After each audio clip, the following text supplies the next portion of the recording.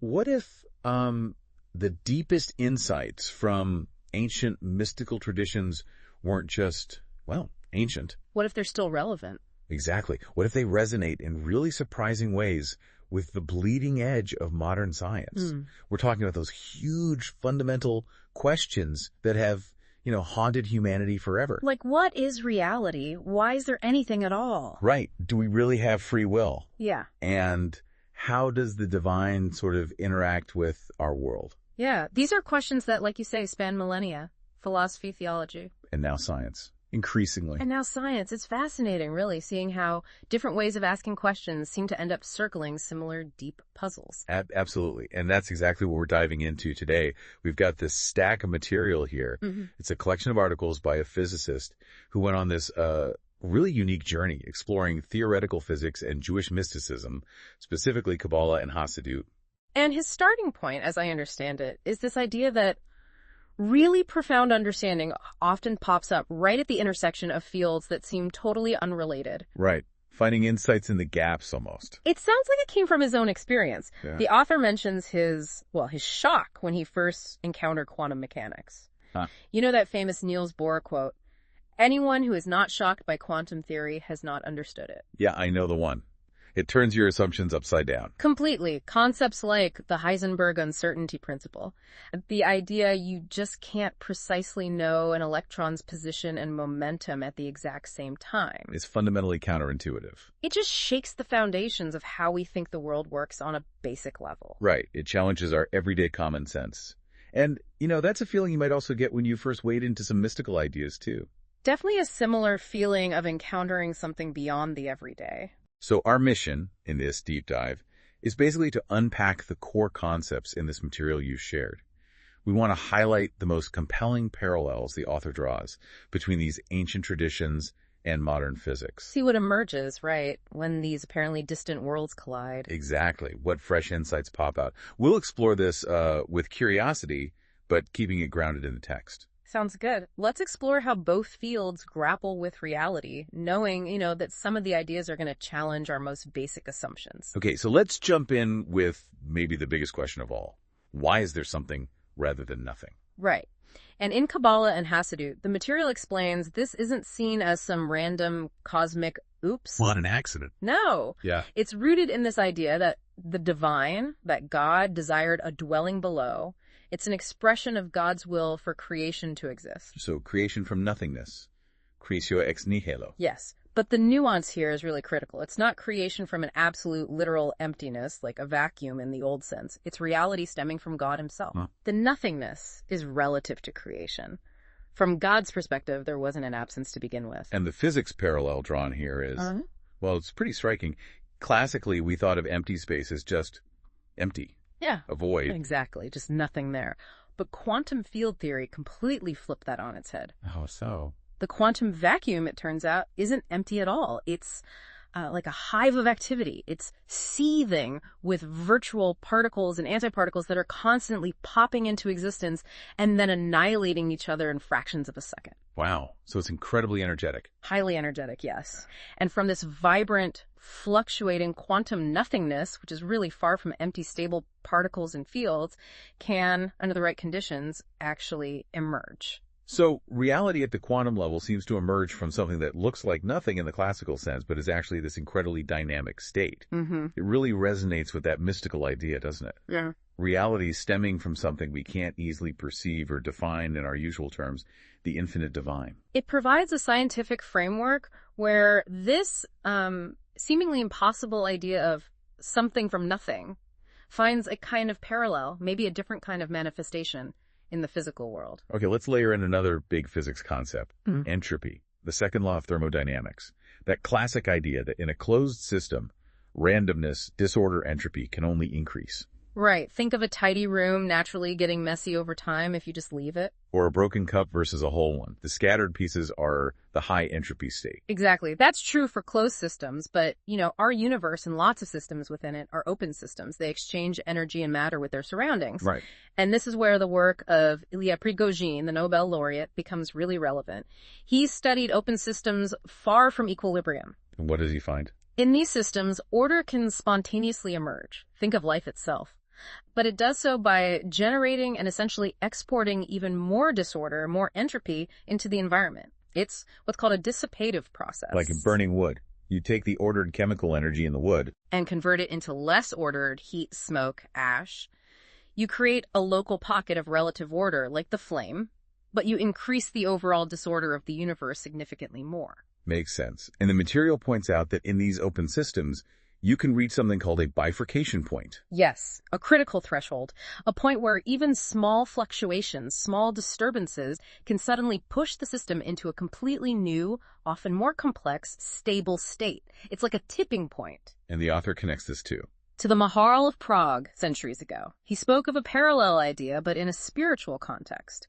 That absence or even destruction can actually precede and lead to a higher form of existence. So destruction isn't just an endpoint. Not necessarily. He saw the destruction of the temple in Jerusalem, for instance, not just as a terrible loss, but as a necessary deficiency, a kind of breakdown that ultimately paved the way for a more internalized, maybe more elevated spiritual reality.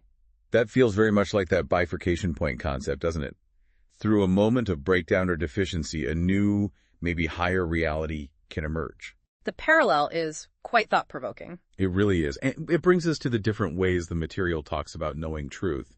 It lays out a few categories. Yeah, there's factual truth, what we get from science, from our senses. Seeing is believing, sort of. Then there's formal logical truth, the kind you find in philosophy, in mathematics, based on reason and axioms. And the third category is described as absolute truth. This is often associated with religion or prophecy, a different kind of knowing. And each has limits, right? Oh, absolutely. Formal logic, for example, it's built on axioms, assumptions you start with.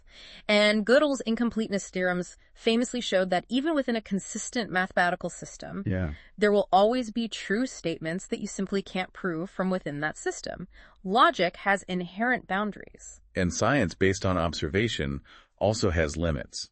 The author points out that in quantum theory, you can't even definitively prove the external world exists independently of our observation. Right. Some interpretations, think Wigner or Wheeler, even suggest that consciousness itself might play a crucial role in, shaping or even creating the reality we perceive. That's a huge idea. It leads towards that concept of absolute truth being maybe internal, something outside the usual constraints of space, time, and the senses, like prophetic knowledge, which is often described as being rooted in this principle of unity. Unity. That seems like a really core theme running through this. It is. Rabbi Kook, who the material cites quite a bit, taught that reality is fundamentally one great unity. So everything we see is separate. Isn't truly distinct in the ultimate sense. They're just different manifestations, different aspects. He uses the analogy of organs of this single unified entity. Which is totally counter to our common sense experience, and classical physics too, which sees the world as, separate objects bumping into each other. Exactly. But this ancient mystical idea finds some really unexpected resonances in modern physics. Like the hologram analogy from David Bohm. That's a great one. If you take a hologram plate and break off a piece, yeah, that small piece doesn't just show a part of the image. It contains the entire image, just maybe at a lower resolution. The whole picture is somehow encoded within each part. A powerful metaphor for unity, where the whole is somehow in the part. Mm-hmm. And then there's quantum entanglement, made famous by that EPR paradox paper, Einstein, Podolsky, Rosen. Ah, the spooky action at a distance. That's the one. This incredibly bizarre phenomenon where two particles, once they're linked in a certain way, remain instantaneously connected, no matter how far apart you separate them. So you measure something on one particle here. And you instantly know the corresponding property of the other one, even if it's light years away. It's as if they're still a single entity. Which seems to just fly in the face of classical locality, the idea that influence needs time to travel, needs physical contact or some medium. It does. It even appears to challenge the speed of light limit from relativity, though the material clarifies that you can't actually use it to send usable information faster than light in a way that violates causality. Yeah. The connection is different, subtler. So it's not like picking up a phone. No. Entanglement describes this complex, non-separable link. They act as a single quantum system, even across vast distances. You can even measure the degree of entanglement from 0, meaning complete separation like classical objects, up to 1, which represents maximal non-locality, hinting at this underlying unity. And this non-locality suggests that reality, at some fundamental level, exists outside the familiar boundaries of classical space and time. That's the implication, yes. A deeper layer of reality, perhaps. Okay, so if reality is fundamentally this infinite divine light, this great unity, how do we end up with our perception of separation? Individual things, me, you, this table. Right. This brings in the key Kabbalistic concept of Tzimtzum. The contraction. Yes, the contraction or concealment. Masters like the Ari, Rabbi Isaac Luria, and later Rabbi Moshe Chaim Luzzatto describe God in a manner of speaking, restricting or withdrawing his infinite, all-encompassing light to create a conceptual space, a kind of void, where finite, separate creation could come into being and exist without being utterly overwhelmed and nullified by the infinite. Making room, metaphorically. Exactly. And crucially, the Tanya, a foundational work of Chabad Hassidut, adds a vital clarification. From God's own perspective, there was no actual change or withdrawal. The restriction was only relative to the potential creation, making it possible for finite beings like us to perceive ourselves as distinct. It's like dimming an infinitely bright light so something else can be seen. A good analogy. And the material stresses that this separation, this finite existence, still draws its very being, its sustenance from that apparent nothingness, which isn't an empty void, but is, in essence, the infinite God himself, concealed. Wow, okay. And within this framework of unity, how does something like evil fit in? The material mentions Rabbi Koch's view on this, too. Yes. It's not seen as some independent force fundamentally opposed to good. Like a cosmic dualism. No, not really. Rather, even apparent evil is understood to ultimately serve some purpose within the larger unity, perhaps as a tool or a catalyst, ultimately serving the greater good, maybe providing the contrast, the challenge needed for growth, or for revealing even deeper levels of goodness. That's a challenging perspective. Deeply challenging. The aspiration, then, is that in the future, often called the end of days, there will be this universal recognition, a deep cognition of this fundamental unity. That verse from Isaiah, knowledge of God will cover the earth like water covers the sea. Right, and the Malbim, a commentator, interprets that not just as knowing about God, but as humanity recognizing the essential unity of the Creator and creation itself. And the material makes a really fascinating link here, back to thermodynamics and information theory. It proposes two paths to this ultimate state, based on a verse. I, God, will hasten it in its time. Two possibilities. In its time, or I will hasten it. Okay, so in its time, that's the natural course. That's interpreted as the natural course of cosmic evolution. And according to the physics parallel drawn in the material, this could happen when the universe reaches a state of maximal entropy. Maximum randomness and disorder. Like the heat death of the universe idea. Something like that. But here's the really interesting twist. Mathematically, that state of maximal randomness also corresponds to a state of maximal symmetry. Wait, how does maximum chaos equal maximum symmetry? Think of a gas spread perfectly evenly throughout a room. That's the most disordered state, maximum entropy, because the particles are all mixed up randomly. Okay. But it's also the most symmetrical state. Why? Because any small part of the room looks statistically identical to any other part. You can swap huge numbers of molecules around, and overall, it looks exactly the same. That sameness, that indistinguishability, is symmetry. I see. So the insight is that physics provides a framework where total chaos is, in a mathematical sense, identical to a state of ultimate balance and sameness. Exactly. A scientific echo, perhaps, of the mystical idea that the deepest unity might be found where we least expect it. Maybe even through processes of breakdown and apparent disorder. So redemption, in its time, could come through this natural process, maximum destruction and randomness, leading paradoxically to maximum symmetry and unity. That's the suggestion. And the alternative, I will hasten it. That's the other path. That happens if mankind consciously acknowledges, internalizes, and lives according to God's unity before reaching that state of maximal entropy. Maybe avoiding the worst of the potential destruction, through our own spiritual effort, essentially. And the link to information theory, Shannon entropy. It adds another layer. Shannon's information entropy measures uncertainty. Less entropy means less uncertainty, which means more information. Norbert Wiener even conceived of information as an objective thing. So more knowledge equals less disorder. That's the idea explored. Maximal knowledge in a system could correspond to minimal entropy, maximal orderliness. It suggests a potential deep connection between increasing knowledge, spiritual or otherwise, and decreasing disorder or randomness in a system. And yet, that paradoxical link remains. The state of maximal physical entropy, randomness, also has maximal symmetry, which is linked back to unity. It gives you these two parallel tracks almost. Cosmic evolution towards randomness, symmetry, and human conscious action toward unity knowledge. It offers a lens, yeah. A way to see cosmic evolution and human spiritual striving through potentially complementary concepts. Okay, that was dense, but incredibly thought-provoking. Let's shift gears a bit. How does the divine actually interact with our world? Providence, human agency. The material brings back those core Kabbalistic ideas of lights and vessels. Right. So the lights, Orot, are the divine vitality, the infinite life force, the energy, the consciousness that sustains everything. The raw stuff of divinity. Pretty much. And the vessels, Kelim, are the mediums. The structures could be created beings, spiritual attributes, even physical objects that channel and reveal specific aspects or attributes from that infinite light, but in a finite, limited way. Like filtering the light. Exactly. What? Rabbi Moshe Cordovero used a great analogy. Imagine colorless water, which contains the potential for all colors, being poured into a green container. The water takes on the green color. Right. The water, the infinite light, doesn't change its essential nature, but the container, the vessel, limits and specifies what attribute of that infinite potential is revealed. Okay, that clicks. And the physics parallel that immediately springs to mind here is resonance. Yes, that's a great connection the material makes.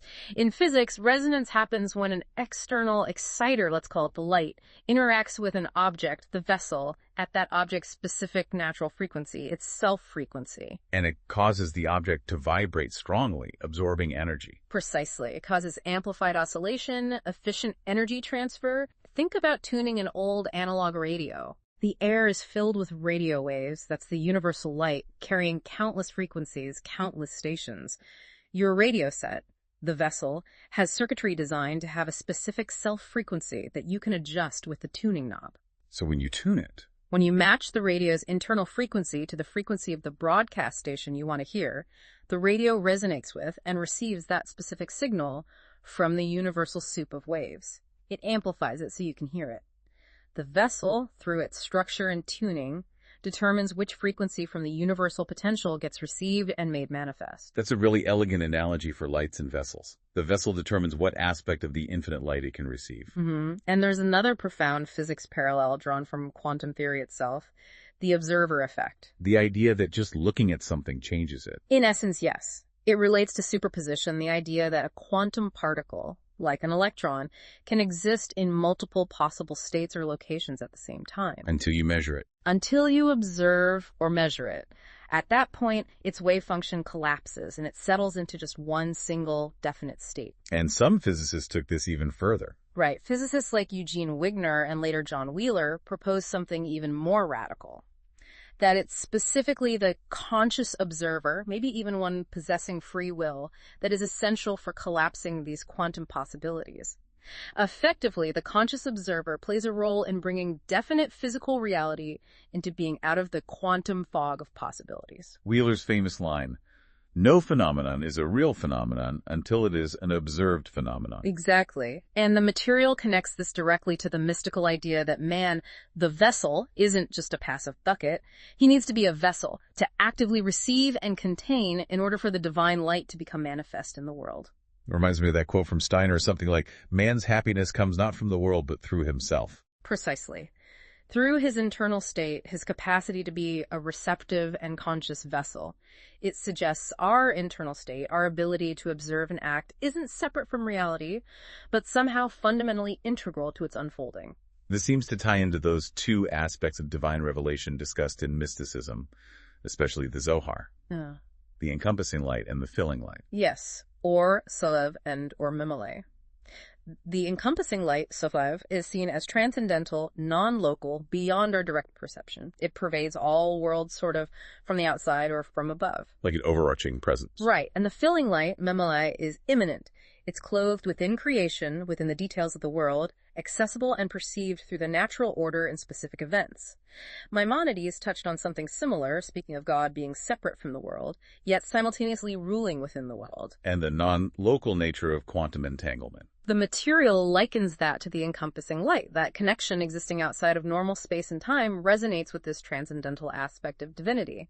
Okay, so if there's this encompassing non-local aspect, what does that imply about our responsibility? It implies something pretty remarkable. The material suggests that because of this deep interconnectedness, our internal state, our thoughts, our intentions, our actions, our spiritual refinement doesn't just affect us or our immediate surroundings. It ripples outwards. It can potentially have effects throughout all the worlds, maybe analogous to those non-local quantum effects.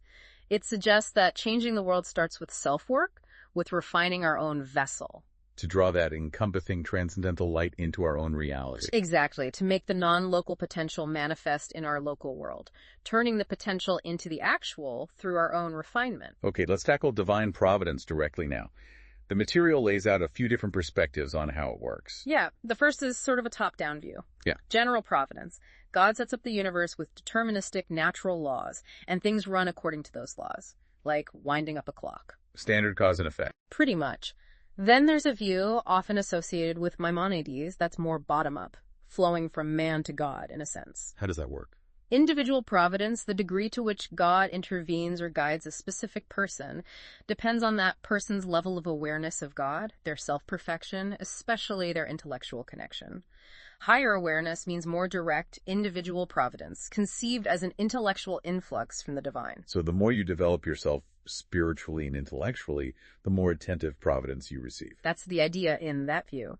And then there's a third perspective, very prominent in Hassidut and the Zohar, which is maybe more dynamic and interactive. Right. Here, there's this continuous outpouring of divine abundance called Shefa, but its specific nature, its quality, even its quantity, is seen as being directly influenced by our actions down here. So what we do matters upstairs, so to speak. Exactly. Our actions in this world are thought to influence the higher spiritual attributes, the Sephiro, prompting specific kinds of divine response or flow. In this view, man is truly a partner with God in the ongoing process of creation and guidance. That's a very active role for humanity. Very much so. And the material connects this idea that a system influenced by both overarching rules and specific, maybe unpredictable actions to the science of complex systems. Specifically, synergetics, which studies how systems self-organize. How does that parallel work? Well, the mathematical equations that describe change in complex systems often have two main parts. There's a deterministic part, representing the underlying forces or laws driving the system. Like general providence, the natural laws. You could see it that way, yeah. Right. And then there's usually another part representing random fluctuations, noise, unpredictable disturbances within the system. And those could be seen as analogous to individual providence. Seemingly random events, or maybe influences initiated by human choices, or perhaps specific divine responses these fluctuations, can act as perturbations that actually nudge the system, push it over a threshold, maybe into a whole new stable state, a new pattern of behavior called an attractor. So our actions or divine responses can be the small nudges that shift the whole system's direction. That's the analogy being drawn. And bringing back the resonance idea. The radio tuner. Yeah. The material suggests that individual providence, the specific shefa one receives, is intimately linked to a person's self-frequency, their level of spiritual refinement, their awareness of God, their connection. So by working on yourself. By working on your character, your intellect, by fulfilling the divine precepts were given that man might be refined, you can actually change your frequency. You tune yourself better. Exactly. You tune your receiver, making yourself capable of resonating with and receiving a higher level, or maybe a different quality, of that divine influx, that blessing. Your internal state literally shifts your capacity to interact with and experience providence. This is reinforced by another analogy, right? Man is a microcosm reflecting the macrocosm, the universe. Maimonides explored this. Yes. Man's more basic intellect, the part inseparable from the body and senses, is seen as parallel to the filling light God connecting to the world through immanence within nature. Okay. Whereas man's acquired intellect, the part capable of abstract thought, potentially separate from immediate physical needs, parallels the encompassing light God's transcendental, separate directorship over reality. So our own structure reflects these divine aspects. That's the idea. And the material presents another really profound concept related to this. That our physical world is fundamentally an image world. An image of what?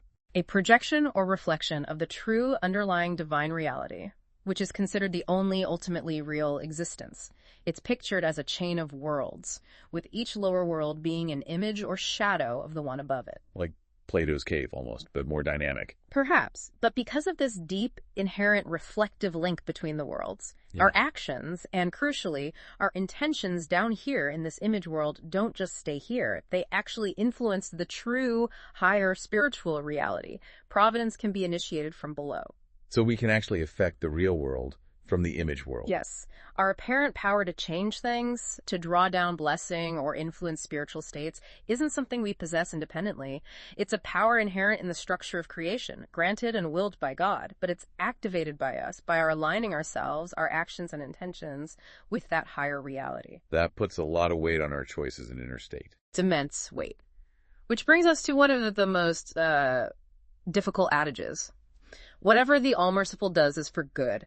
How do you possibly square that with the reality of intense suffering, tragedy, apparent catastrophe? Yeah, that's incredibly hard to accept sometimes. The material offers a really powerful perspective, drawing on the principle of least action from physics. Okay, what's that? It's a fundamental principle stating that a physical system, when it moves from one state or point to another, will always take the path that minimizes a quantity called action, which is often related to minimizing time or energy expenditure over the whole path. Can you give an example? Sure.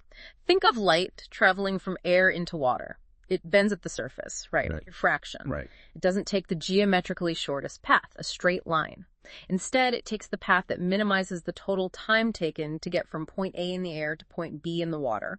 It travels faster in the air and slower in the water, so it takes a slightly longer path through the air to minimize the time spent in the slower water. So if you only looked right at the point where it bends, the path looks wrong, not the shortest distance. Exactly. From that local perspective, it seems inefficient. But if you consider the entire journey, the global path from A to B, it's actually the optimal path, the quickest one. Another example is a lifeguard rescuing someone drowning. They don't run straight at them if the person is offshore. Why not? Because running on sand is faster than swimming. They'll run further along the beach first, then swim a shorter distance, minimizing the total time to reach the person. Again, the path looks broken, non-optimal locally, but it's optimal globally. Okay, I see the principle. So the spiritual projection is? That we, limited as we are to our present perception, are only seeing the local minimums. We see the moments of suffering, the difficulties, the things that appear bad or non-optimal right now. We're stuck at the point where the light ray bends. Exactly. But if we could see the whole path, the future, the global outcome, the global minimum, we could understand that these difficult stretches, these apparent detours, were actually part of the optimal, most efficient path necessary to reach the ultimate good state. What looks like a setback locally is actually part of the best route globally. That's a deeply comforting, if also deeply challenging way to reframe hardship and suffering, seeing it as part of a larger, ultimately good path. It requires immense faith, clearly. Okay, let's move to another classic paradox. Yeah. Free will versus determinism. If, as many traditions hold, God is omniscient, knows everything that will happen, all is foreseen, as Rabbi Akiva said. Yet permission-free choice is granted, the classic statement of the paradox. Right. If everything is foreseen, is the future already set in stone? And if it is, how can we truly have free choice? How can we be held accountable for our actions? It's a profound tension. The standard model in physics, stemming from Einstein's relativity, sees our universe as fundamentally four-dimensional. 3 dimensions of space plus time is the fourth. Right. And in this view, events trace out continuous world lines through space-time. Reality is seen as constantly forming, developing, unfolding along this forward arrow of time. The future isn't fixed yet. In that standard view, no. But the material presents an alternative perspective, one found in some mystical thought, the idea of a static universe. Static. How? In this perspective, the flow of time, our experience of time passing, is, in a sense, an illusion stemming from our limited viewpoint. The past, the present, and the future all exist simultaneously. They are in themselves unchanging, like different points or dimensions in space that simply are. So the future already exists, just like the past. That's the concept. The world lines representing all possibilities, all potential histories and futures, existed in this view from the very moment of creation. Wow. Okay, so where does free will fit into that picture, if the future paths already exist? In this static universe model, free will isn't about creating a future path that doesn't yet exist. It's about choosing which of the already existing, predetermined world lines you will actually travel along or manifest. Like choosing which road to take on a map where all roads are already drawn. That's a decent analogy. And prophecy, in this framework, could be seen differently, too. Not as predicting an uncertain future, but perhaps as perceiving or observing an already existing future state, much like we recall a memory of the past, because in this view, the past also continues to exist alongside the present and future. Okay, that's a radically different way of thinking about time, and it might explain something like rectifying the past through repentance. Exactly. If the past is truly gone forever, as in the standard view, how can you truly change it or affect it through repentance now? It doesn't make much sense. Right. But if the past still exists in this static 4D block universe model, then perhaps repentance could be understood as a way to somehow interact with or alter the significance of or even change the nature of that existing past reality, changing its outcome or meaning even in retrospect. That's fascinating. And incredibly, the material brings in a parallel from cutting-edge quantum theory again. Yeah, it's pretty wild. The physicist Yakir Aharonov has proposed some controversial but mathematically grounded ideas based on things like quantum weak measurements and certain interpretations of experiments like the double slit. What's he proposing? He's suggesting that events in the future can actually have a measurable influence back on the present and potentially even the past states of quantum particles. Whoa, hold on. The future influencing the past. At the quantum level, yes. That's the suggestion from his work. It implies the arrow of time might not be quite as rigid in one way as we intuitively assume, at least not at the fundamental quantum level. That's a lot to wrap your head around. It absolutely is. And the material draws this remarkable parallel between this physics idea and a concept in Talmudic law called Barrera. Barrera. Retroactive clarification. Exactly. Retroactive clarification or determination. Okay, can you give us the classic example? Sure. It involves dividing crops from a field that's jointly owned by a Jew and a non-Jew. According to Jewish law, the produce belonging to the Jew is considered tevel, forbidden for consumption until certain tithes are separated. The non-Jew's portion is permissible, chillin. But the produce is all mixed together before they divide it up. Right. So its status is ambiguous before the division. Now, Rabbi Shimon ben Gamliel held the view known as yesh barera, literally, there is retroactive clarification. Meaning what? Meaning that the future act of dividing the crops, say, designating this half for the Jew and that half for the non-Jew, retroactively clarifies and determines the status of each portion back in the past, from the moment it was harvested. It's as if the future division reaches back in time and makes those portions distinct from the beginning. So the future action actually determines the past status. That sounds incredibly similar to Aharon's physics idea. The parallel is striking, isn't it?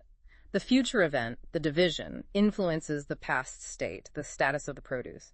The opposing Talmudic view, and Barrera, there is no retroactive clarification, aligns more with our usual sense of a fixed, unchangeable past.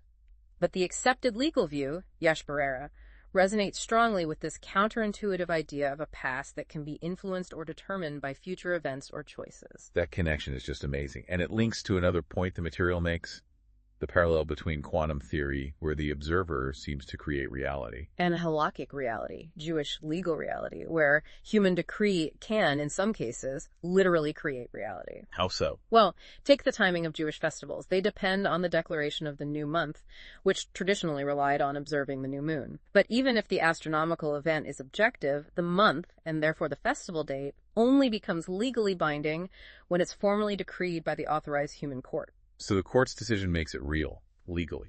Yes. The verse, "You shall proclaim them the festivals," is interpreted to mean that the human proclamation is what actually sanctifies the time. Even if the court makes a mistake in their calculations, God essentially says, "My feasts are the ones you declare." There's that famous dramatic story of Rabbi Gamliel forcing Rabbi Joshua to accept the court's incorrect date for Yom Kippur precisely to uphold this principle. So the human decree isn't just recognizing an existing reality. It's participating in creating a new legal and spiritual reality. Exactly. And the material cites even more potent examples from later rabbinic responsa, like rulings by the Shach or the Helkat Yaakov. They discuss scenarios where, for example, a rabbinic court's decision to declare a leap year could retroactively alter a young woman's legal status regarding signs of maturity, potentially affecting marriage laws. How could that possibly work? The principle invoked is incredibly powerful. Whatever is decreed by the earthly court, the heavenly court agrees to it. It implies that human decree, when made within the proper halakhic framework, has the power to create a new reality, not just legally, but perhaps even spiritually, aligning the heavenly reality with the earthly declaration. This seems to connect back to Rabbi Cook's ideas about God's will and man's will. Very much so. Rabbi Cook taught that since everything exists only because God continuously wills it into existence, nothing is truly impossible in an absolute sense, nor is anything rigidly predetermined solely by mechanical laws. So there's always potential for change. Yes. And man, by aligning his own will with God's will through spiritual refinement, prayer, following commandments, can tap into this divine will. He becomes, in the language of the Psalms, godlike beings, capable of participating in this creative power. Even to the point, as another verse says, of making a decree and it shall be accomplished. So it bridges that gap between determinism and free choice, between nature and miracle. That's the perspective. It suggests our inner will, when aligned with the ultimate divine will, has a genuine capacity to influence reality. It provides a framework for understanding why prayer might actually work, not just psychologically, but ontologically. And this circles right back to that idea that the outer world can be a reflection of our inner world, our consciousness. Even relativity, with its emphasis on the observer's reference frame, shows how physical reality is, in some fundamental sense, subjective or relative to the observer. It gives a kind of scientific grounding to that old Yiddish saying, "Tracht gut, wird sein gut." Think good and it will be good.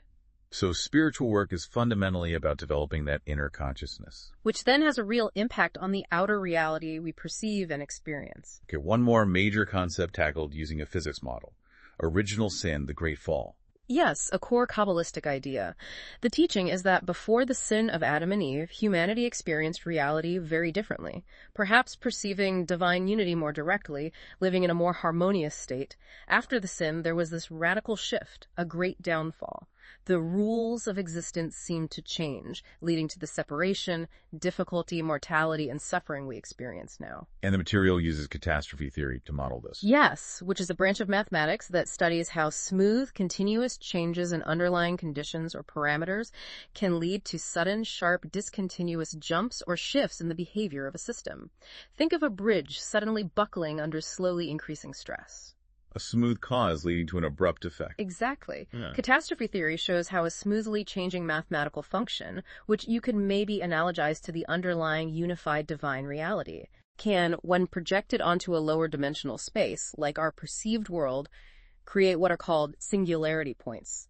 These are points where the projection shows sudden, catastrophic changes, sharp breaks or folds that weren't obvious just from looking at the smooth function itself. So the break isn't in the ultimate reality, but in its projection. That's the analogy. The act of creation itself, the synsum, could be seen as this kind of projection, creating a catastrophe point from the perspective of the created world, even though, as the Tanya emphasizes, from God's infinite perspective, no change occurred. So catastrophe theory provides a mathematical model for how a smooth, unified reality could result in the sharp breaks and discontinuities we experience, like that radical shift described after the sin. It offers a potential language for it, yes. And the material brings in conclusions from Vladimir Arnold, a mathematician who worked extensively on complex systems and catastrophe theory. What did he find? He found that complex systems, when they're evolving or moving from a bad or less optimal state towards a better, more stable state, often don't do so smoothly. Instead, they frequently have to pass through an intermediate state that is actually the worst possible state, a catastrophic point, before they can make the jump to the better state. So you have to go through the worst point to get to the better one. Often, yes, in these complex systems. And there's frequently increasing resistance or instability just before the jump. The transition itself is abrupt, discontinuous. So the insight here is, That catastrophe theory might offer a mathematical analogy for why a complex system, perhaps like humanity after the sin, might not be able to progress linearly from a bad state to a better one. It might necessarily require passing through a worst point, a period of crisis or catastrophe, in order to make the discontinuous jump to that higher level of organization or being. Whereas simpler systems might have smoother transitions. Potentially. But the suggestion is that Adam's sin perhaps made humanity a complex system, subject to this type of developmental path, requiring these difficult jumps through crisis points to reach higher states. It provides a kind of framework, maybe, for understanding the often challenging non-linear trajectory of human history, not just a simple upward climb. Right. A path potentially marked by necessary difficult transformations through points of breakdown to reach a higher state of being or consciousness. Which brings us really nicely to our final section, focusing on this very journey of human development and the ultimate return to that state of unity. The material emphasizes this progress isn't just a straight line forward, it's a spiral. Yeah, the idea of spiral development means you revisit similar concepts, challenges, or levels of understanding that existed in the past. That's the horizontal movement of the spiral. Coming back around. Right. But each time you come back around, you're on a higher, more developed level. That's the vertical movement. It's captured in that phrase sometimes used. The old shall be renewed and the new shall be sanctified. You engage with the past, but with new insight on an elevated plane. Can you give an example? Well, the material mentions the concept of the ether in physics. That old idea of a medium filling space for a light to travel through. Exactly. It was a kind of ancient or classical concept, largely abandoned with Einstein's relativity. But arguably, something like an ether has returned in modern physics, maybe in the sophisticated guise of quantum fields or the quantum vacuum itself. It's not the same simple mechanical ether, but the underlying idea of space having substantive properties returns, only on a vastly more complex and abstract level. The concept spirals back, but elevated. Okay, that makes sense. Any other examples? Rabbi Cook's explanation of Abraham's love for his son Isaac during the binding. Initially, Abraham's natural paternal love might have seemed like a contradiction, something pulling him away from his absolute devotion to God's command. Right. But through the trial, that love wasn't discarded or negated. It was transformed, elevated. It returned on a higher spiral, becoming integrated as a holy flame, understood as stemming from God's own love, now an integral part of his relationship with God, not opposed to it. The natural emotion returned, but sanctified. And there's an example from Shabbat Hassidut about commandments. Yes. The idea that fulfilling many commandments involves a kind of double action, a spiral movement. First, you negate the object's previous forbidden state, like untithed produce being tevel, unusable. Taking it out of its mundane context. Right. And then through the act of the commandment, like tithing, you transform it, elevate it into a new, permissible, even holy state. It becomes kosher, connected to sanctity. You return to the object, but it's now on a transformed higher level of meaning and potential. So this spiral development seems key. And it connects back to that idea of divine abundance, the shefa and the human vessel. Absolutely. The material reiterates that this divine light, this abundance, flows constantly. But the amount and the nature of the shefa that an individual actually receives and integrates depends on the level, the capacity, the refinement of their vessel. And crucially, we're not just passive recipients here. Not at all. Man can actively work to receive more shefa, or perhaps higher quality shefa, by increasing his self-frequency, to use that resonance analogy again. Through spiritual refinement, through engaging with the commandments, working on character development, midot, deepening intellectual understanding, Torah study. Remember, precepts were given that man might be refined. It's not just about following rules externally, it's about internally upgrading the receiver. Tuning ourselves, our consciousness, our being, to resonate with higher frequencies of that divine influx. That's the model presented, yes. Yeah. Tuning the receiver to pick up more of the signal. Okay, and the material also brings that phrase from Genesis, dust to dust, full circle, linking it back to entropy. Yeah, it's a striking connection. Dust, in this context, is seen as representing homogeneity, maximum disorder, but also maximum symmetry, maximum simplicity, things broken down to their most basic, undifferentiated state. Okay. And God's essential unity is also often described in terms of ultimate simplicity.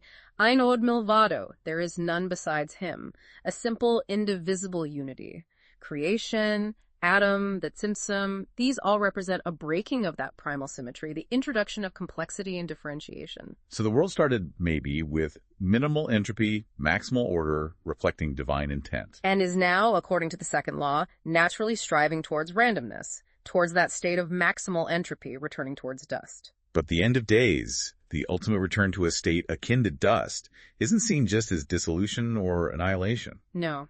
In this framework, it's interpreted as a return to maximal entropy, which, as we discuss, is paradoxically also the state of maximal symmetry and maximal simplicity. And this state is seen as aligning with or allowing for the ultimate revelation of unity with God.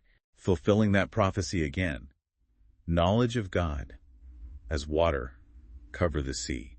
A state of universal recognition of that simple unity. A return to the source, but on a higher level of conscious awareness, perhaps. The end looping back to the beginning, but elevated, the spiral completing. And the material concludes by reminding us, importantly, that our knowledge of reality, whether through science or mysticism, is always going to be partial. Always just a model, a limited map of an infinite divine reality that, by its nature, can never be fully grasped or defined in finite terms.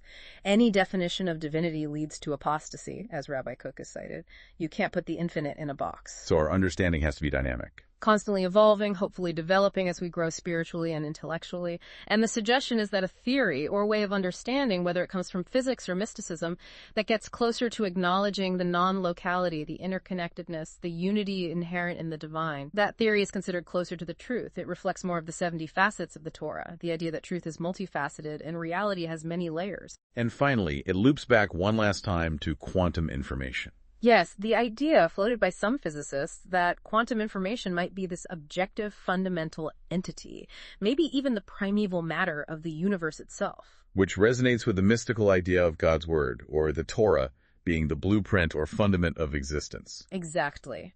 The Midrash says the Torah preceded the world, that God looked into the Torah and created the world. It suggests information, divine intent, as the ultimate source code. The divine itself might be understood, perhaps metaphorically, as a pure quantum state, something we cannot grasp it directly through classical information channels. So how do we access it? The suggestion is that the observer consciousness, that potentially non-local aspect of our being, doesn't receive this fundamental information from the outside through external senses or data transmission. It receives it, potentially from the inside, through internal knowledge, intuition, prophetic insight, a direct resonance. Wow.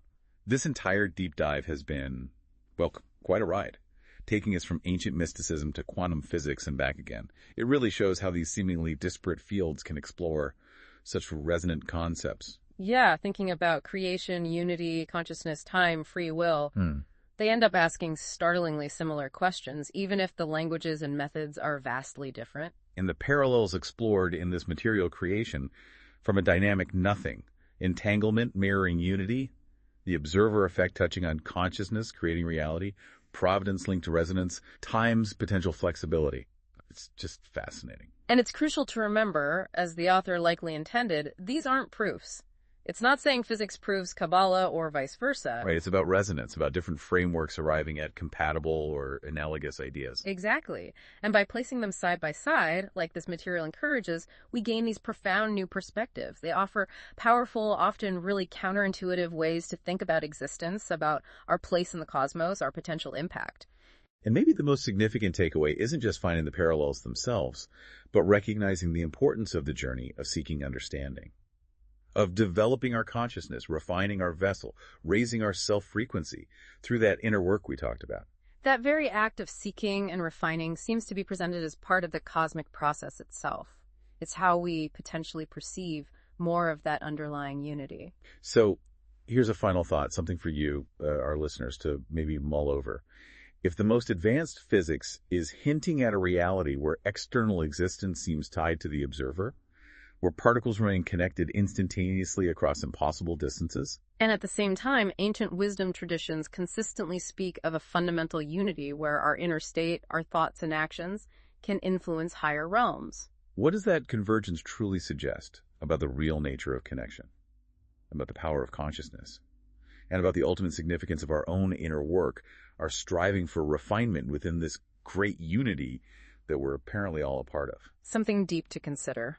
Keep exploring these deep dives. Keep seeking knowledge.